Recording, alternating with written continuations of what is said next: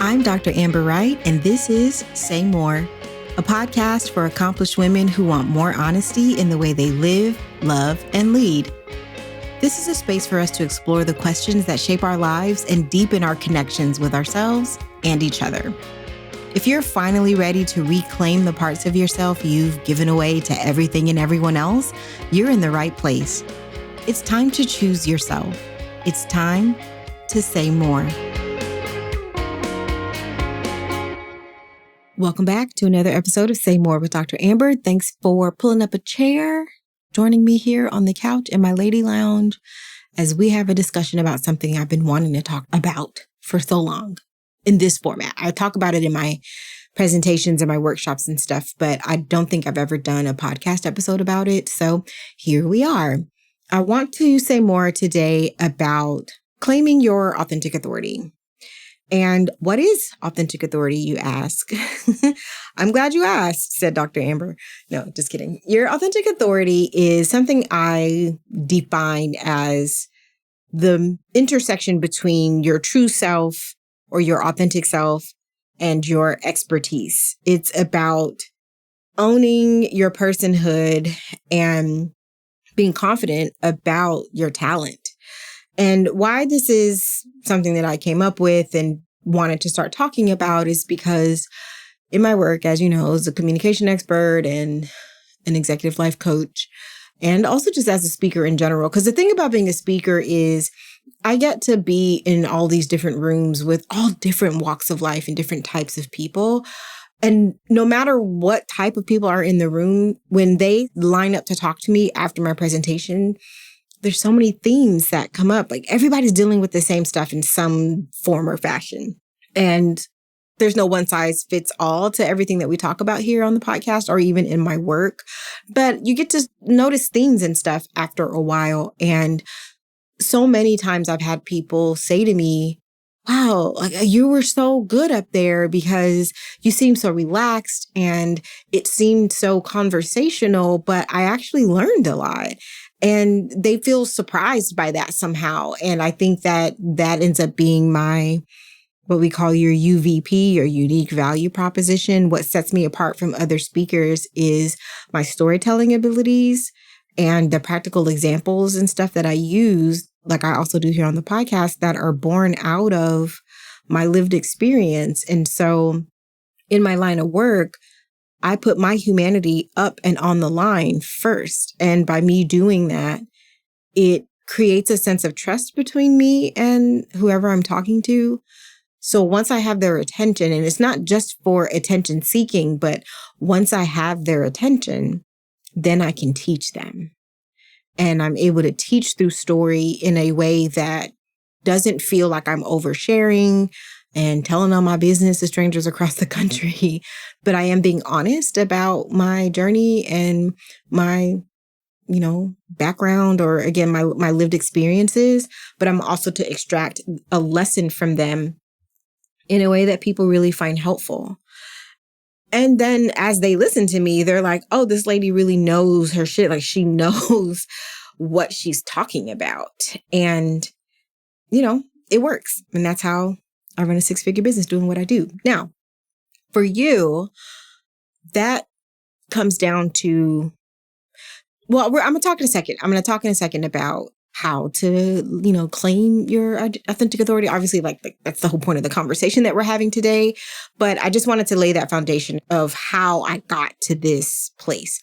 And why I want this for people is because, or this is what I was going to say earlier, some of the conversations that I have after my sessions, there's one in particular, and I actually tell this specific story all the time when I'm talking about authenticity in the workplace. So this actually brings me to kind of like the heart of what I wanted to talk about. So I was giving a presentation. It was obviously a communication skills workshop many years ago. This was very early in my speaking career. And when I'm giving a keynote, I have an actual photo from this day. So I'm able to take the audience into the scene with me, which I'll do for you. We're in a conference room and the team is sitting around the table and I'm standing at the front of the room and I'm talking with my hands as I'm doing now, but you can't see. And they are all very clearly dialed in and paying attention and zoned into what I'm saying. We're locked in, as the young people like to say. And it went great. It was a great session. And at the end of it, I point out that there's a woman, she's an older Black woman in a royal blue sweatshirt.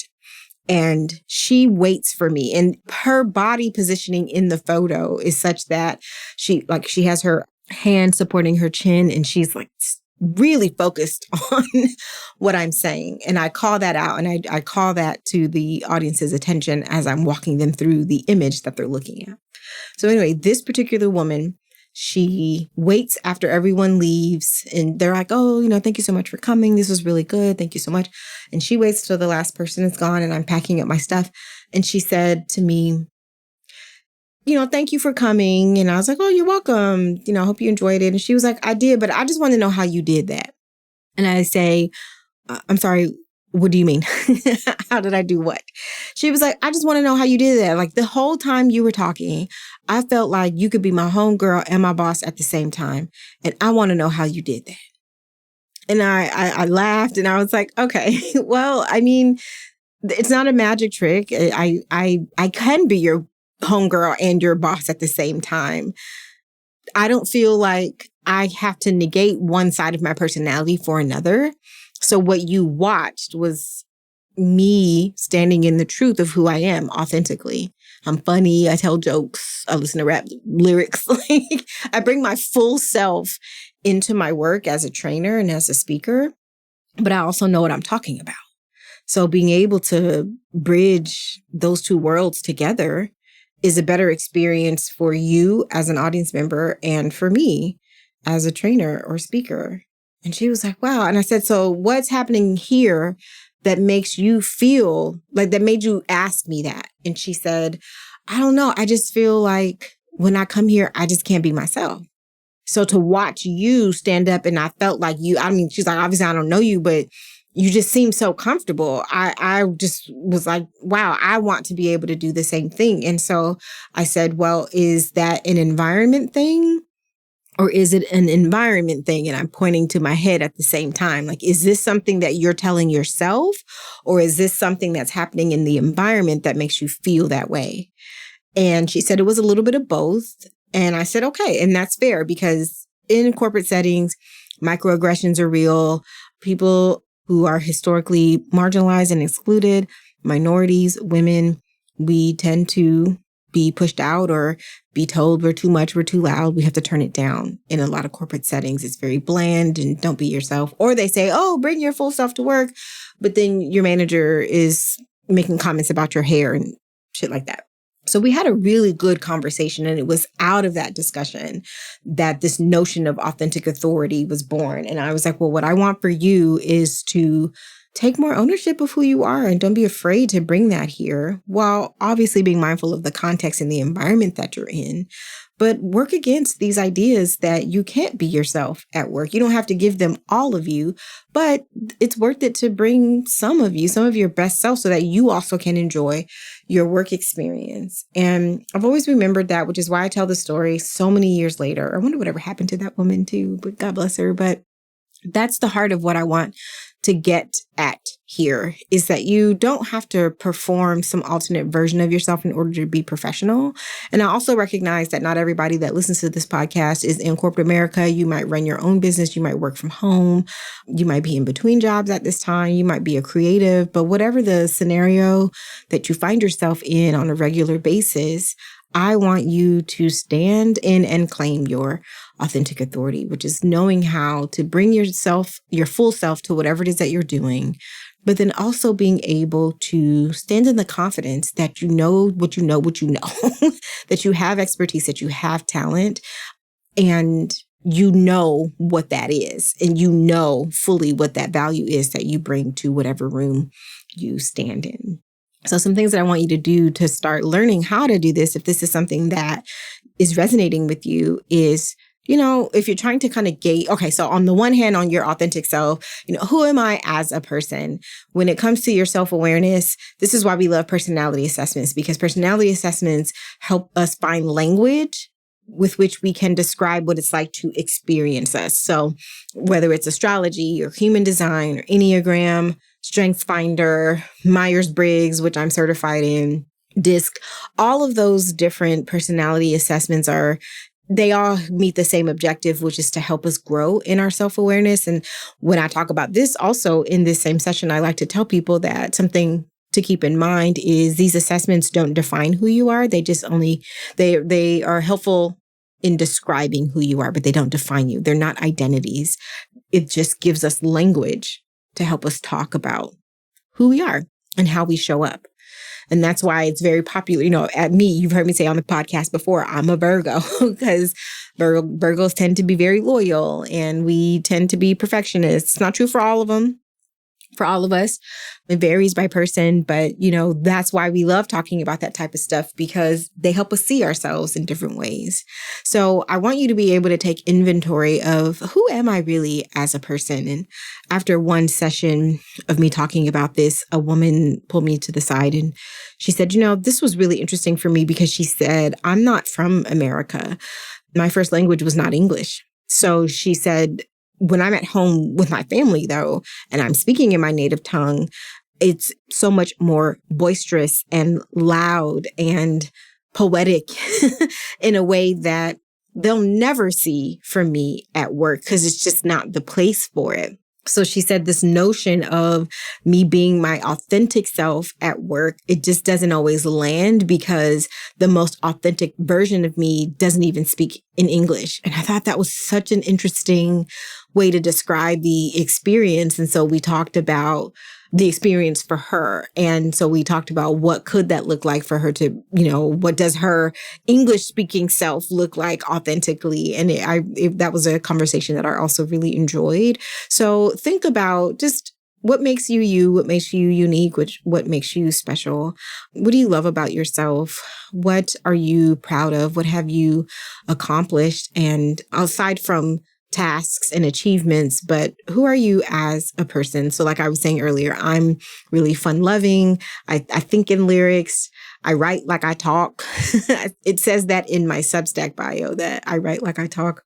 And I'm a pretty jovial person, but I can also be really serious. And sometimes that surprises people, not because they think I'm a class clown, but, I can be introverted. I can be quiet and inward and unto myself just as much as I can be very outgoing and fun loving as well. So your authentic self, when you feel most like yourself, in Myers-Briggs, they trained us to say, who are you at home with your shoes off? Who is your shoes off self? That's your most authentic version, when you're like curled up with a good book or a cup of tea with some fuzzy socks on. Who are you then? So that's what I want you to do in thinking about your authentic self, your authenticity. And then when it comes to your authority, that's where we lean a little bit more into some of those outward facing things. I always like to encourage people to think about, when you're trying to name or define or describe what your expertise is, think about, what do people come to you for most frequently or often for advice? Is it how to put an outfit together, or how to fix their credit, or how to solve problems? Are you really good at giving advice? Think about some of those things that people ask you often, and what kind of patterns emerge as you're paying attention to those requests and to those conversations, because that tends to leave clues, I think, on what your expertise may be and where you can start with thinking about what you are an expert in. Because it's very surprising to me how often people say oh, but I don't think I'm good at anything. And it's just no, you are. But because you're so naturally good at it, you don't think that there's anything special about it.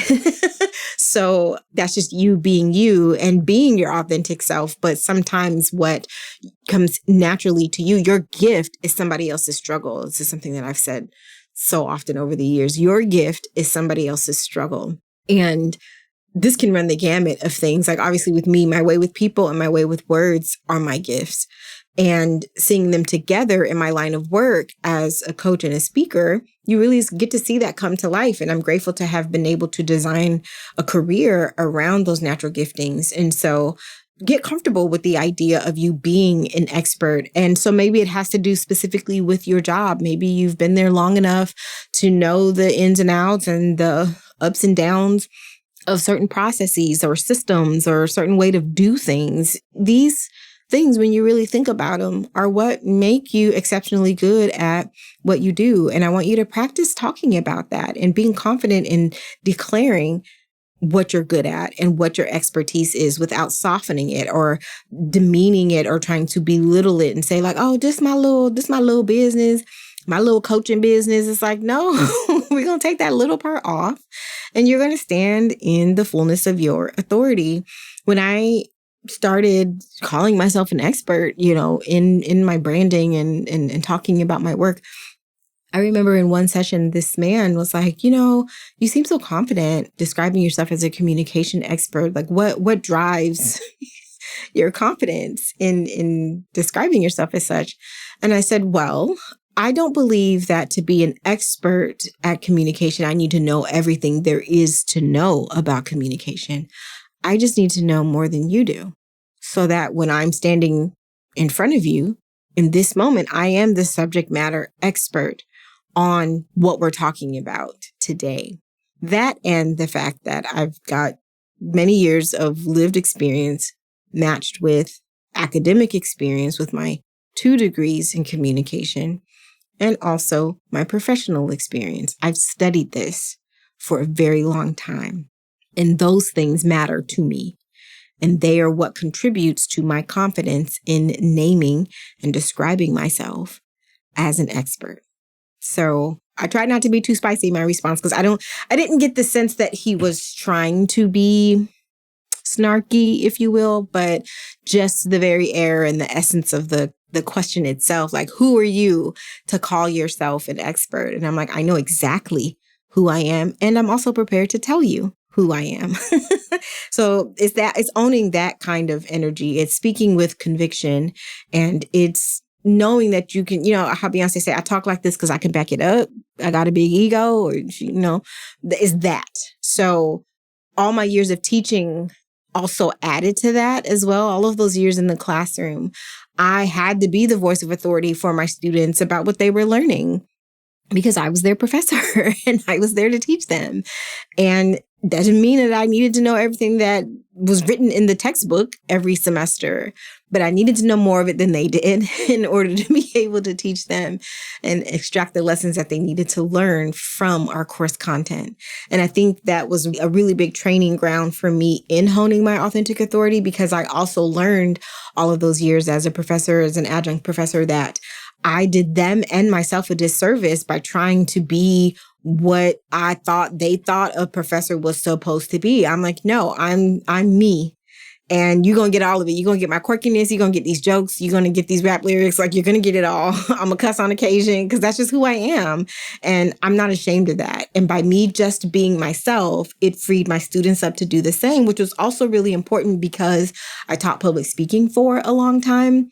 So I also had to model for them what it looks like to just be yourself in any room. And it worked out really well and very beautifully, we'll say. So to summarize everything, I feel like I've been a little all over the place in this episode, but the heart of what I'm trying to convey to you is that I want you to claim your authentic authority, stand in the truth of who you are and in your expertise, and be proud of it.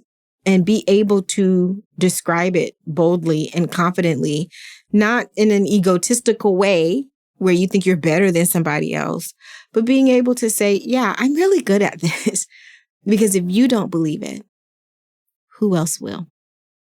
And also, the people that need you can't find you if you're hiding, pretending to be somebody else. Love you, mean it. See you in the next one. Bye. Thanks for listening to Say More. If this episode hit home for you, don't forget to subscribe so you never miss another one. And don't forget to share it with your group chat so all of y'all can level up together. If you want personalized support about today's topic, visit wordswellsaid.com To learn more about how to work with me for coaching or how you can book me to speak at your job, conference, or event. In the meantime, keep in touch with me online at Dr. Amber Wright. And until you hear from me again, remember to use your words and then go forth and be awesome.